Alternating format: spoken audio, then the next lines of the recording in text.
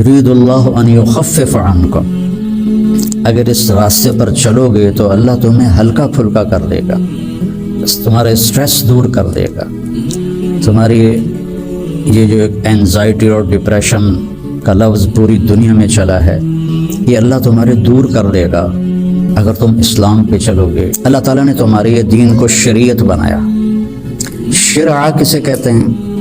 بہتے پانی کو کہتے ہیں۔ تو اس کے پیچھے وہ خوبصورت معنی ہے کہ بہتا پانی، میٹھا پانی، زندگی کی سب سے بڑی ضرورت۔ سیکھنے کے لیے ہر میدان میں اللہ تعالیٰ نے محنت رکھی ہے، بغیر محنت کے نہیں۔ اب کیونکہ اس محنت پہ کیا ملے گا وہ نظر نہیں آتا۔ ابو دجانہ رضی اللہ تعالیٰ عنہ بہت بڑے صحابی ہیں، ان کے اتنے فضائل ہیں، کتابیں بھری پڑی ہیں، لیکن وہ فرماتے تھے کہ میرے بھائیوں، میرے پاس بخشش کا سب سے بڑا جو عمل ہے وہ یہ ہے کہ میں نے اپنی زبان سے کبھی کسی کو دکھ نہیں پہنچایا اور میرے دل میں کسی کے لیے نفرت کوئی نہیں۔ اور اچھے اخلاق دو چیزوں سے قابو میں آتے ہیں، ایک اس زبان پہ قابو ہو، ایک دل کے جذبات پر قابو۔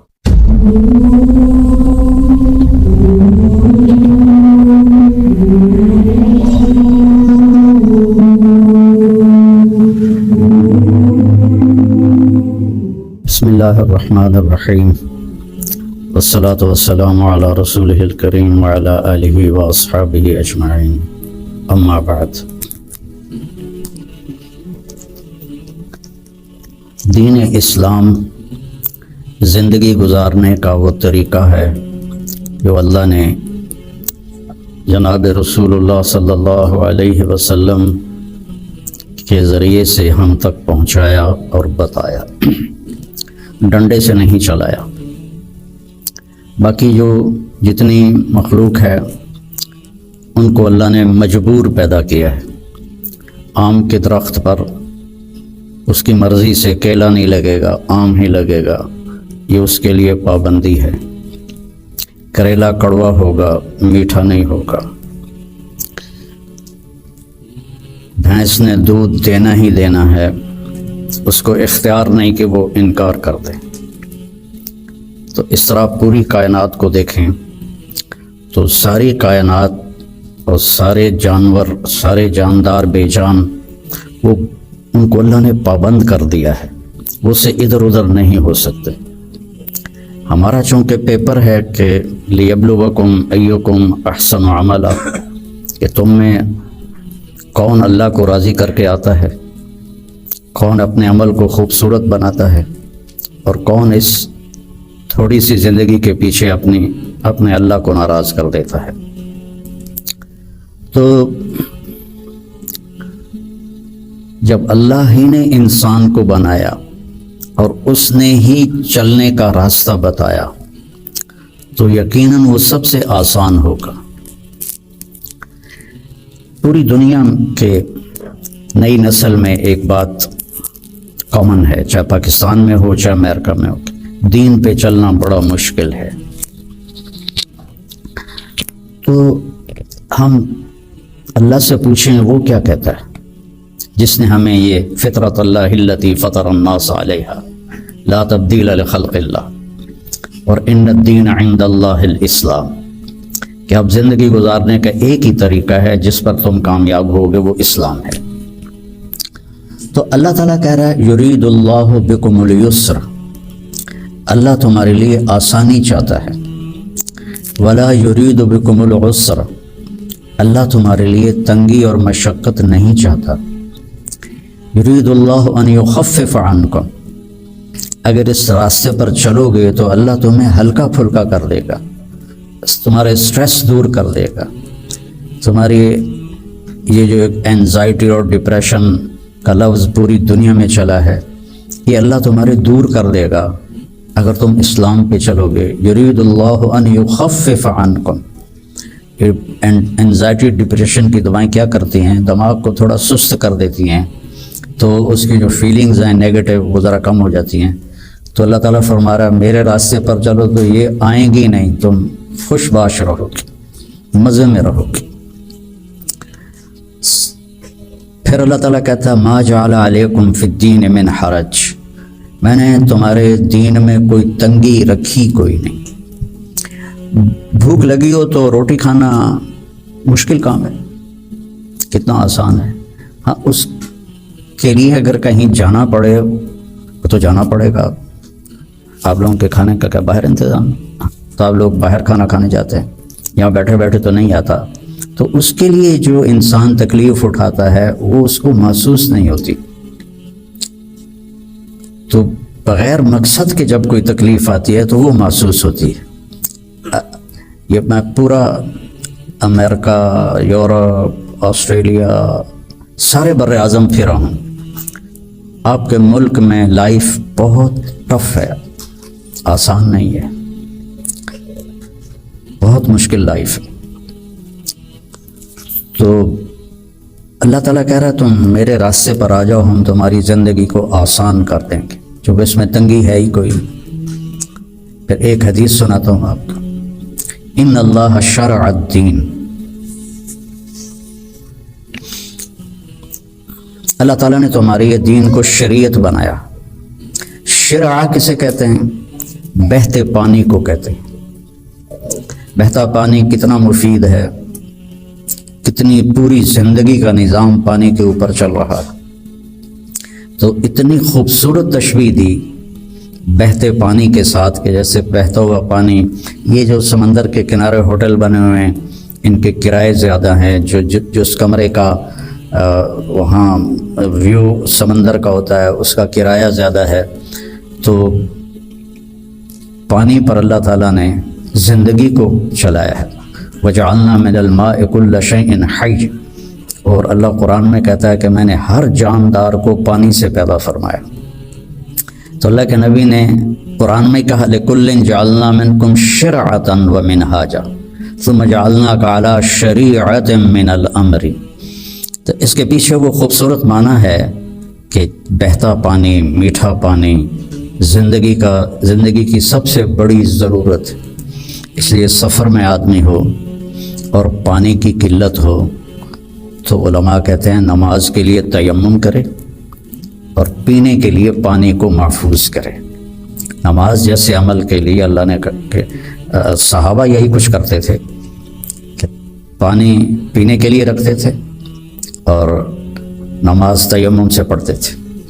تو ان اللہ شرع الدین، پہلی بشارت تو لفظ شرع میں ہے، وجعلہ سہلا، دوسری خوشخبری آسان بنایا، تیسری خوشخبری سمحا، بہت نرم بنایا، چوتھی خوشخبری واسعا، بہت کھلا کشادہ بنایا، پانچویں خوشخبری ولم یجعلہ ضیقا، اور اس میں کوئی تنگی نہیں رکھی۔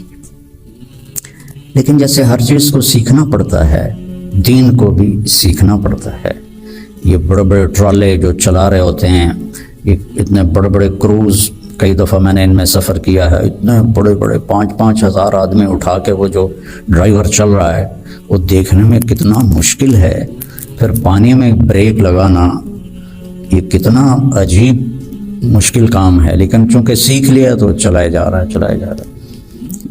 گاڑی ایک ہاتھ سے چلا رہا ہے، دوسرے ہاتھ سے موبائل سن رہا ہے، حالانکہ پابندیاں الگ الگ کے حکومت کی، پھر بھی موبائل یہاں لگایا ہوا ہے۔ ہمارے ہاں تو موٹر سائیکل پر بیٹھا ہوا ہے، ایسے موبائل کر کے جا رہا ہوتا ہے، کھوتاڑی چلاتے ہوئے اپنا موبائل یہاں رکھا ہوتا ہے۔ تو سیکھنا پڑتا ہے، سیکھے بغیر تو آدمی سائیکل بھی نہیں چلا سکتا۔ سیکھنے کے لیے ہر میدان میں اللہ تعالیٰ نے محنت رکھی ہے، بغیر محنت کے نہیں۔ اب چونکہ اس محنت پہ کیا ملے گا وہ نظر نہیں آتا تو مشکل نظر آتا ہے، اور امریکہ میں جاب کرنے میں کیا ملے گا وہ نظر آتا ہے، تو اس کے لیے ایسے روبوٹ کی طرح بھاگ رہے ہیں، روبوٹ کی طرح جاب۔ جو بڑے بڑے کاروباری ہیں وہ بھی مزدور کی طرح کام کرتے ہیں، وہ بھی ایسے فری نہیں ہے کہ بھئی اب میرا بڑا کاروبار ہے میں آرام سے گھر بیٹھوں آدمی رکھ لوں، نہیں۔ تو وہ مشقت اس لیے آسان ہوتی ہے کہ اس کی آؤٹ پٹ نظر آ رہی ہوتی، اور جو دین کے اللہ نے ہم سے ڈیمانڈ رکھی ہے، چند ہیں، کوئی بڑی زیادہ نہیں ہے، چند مختصر. ایک لا الہ الا اللہ محمد رسول اللہ کی گواہی، وہ اللہ کا فضل ہے، ہم سارے مسلمان یہ گواہی دیتے ہیں. پھر 5 وقت کی نماز ہے، اور سفر میں آپ کے لیے اللہ نے آدھی کر دی ہے، اکٹھی کر دی ہے، ظہر اثر اکٹھی پڑھ لو، مغرب عشاء اکٹھی پڑھ لو. اور رمضان کے روزے ہیں سال کے بعد. حج اور زکوٰۃ پیسے والوں پر ہے، عام لوگوں پر نہیں ہے. اور پھر ان میں کوئی کمی کوتاہی ہو جائے تو اللہ نے معافی رکھی ہے. کوئی نماز چھوٹ گئی، قضا پڑھ لے، معافی مانگ لے، معاف ہو جائے گا. روزہ عذر کے ساتھ چھوڑے تو کوئی گناہ نہیں، بغیر عذر کے چھوڑے تو معافی مانگ لے اور روزہ رکھ لے تو وہ ہو گیا. اس کے بعد میں آپ کو ایک حدیث سناتا ہوں، آپ کو پورا دین آپ کے ہاتھ میں آ جائے گا. 10 لاکھ حدیثیں ہیں، میں ایک حدیث سنانے لگا ہوں، صرف ایک. میرے نبی نے فرمایا اربعن اذا کانت فیک، 4 کام کر لو، صرف 4 کام کر لو، دنیا بھی تمہاری ہے، آخرت بھی تمہاری.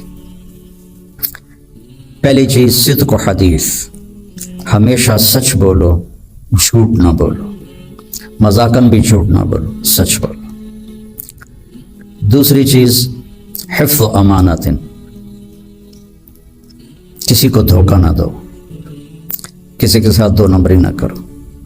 تیسری چیز حسن و خلیقت، اپنے اخلاق اچھے کرو. اور اچھے اخلاق 2 چیزوں سے قابو میں آتے ہیں، ایک اس زبان پہ قابو ہو، ایک دل کے جذبات پر قابو ہو. دل میں کسی کے لیے نفرت نہ ہو، اور زبان سے کسی کے کو ذلیل کرنے کا بول نہ ہو، غیبت نہ ہو، بہتان نہ ہو، جھوٹ نہ ہو، گالی گلوچ نہ ہو، تو کسی کو دل توڑنے والی گفتگو نہ ہو. یہ 2 باتیں کوئی عورت کوئی مرد کر لے تو اس کے تقریباً سارے ہی اخلاق اس کے قابو میں آ جاتے.